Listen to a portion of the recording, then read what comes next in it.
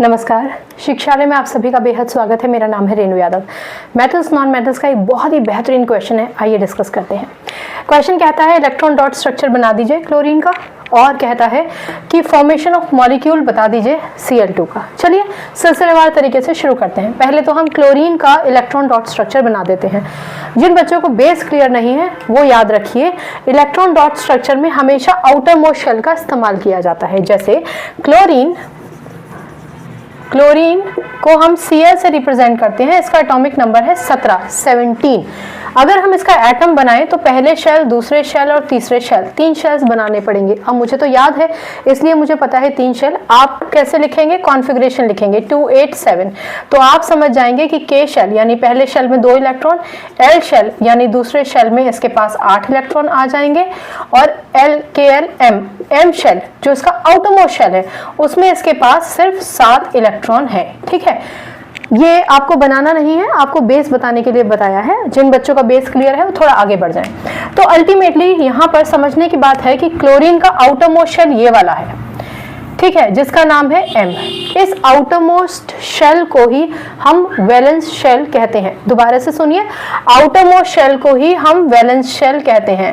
Outermost को ही हम valence shell कहते हैं। ठीक, अब आउटरमोस्ट शेल में जितने इलेक्ट्रॉन्स होते हैं उतने ही आप डॉट्स बना देते हैं अगर किसी एटम के साथ, तो वो उसका इलेक्ट्रॉन डॉट स्ट्रक्चर कहलाया जाता है।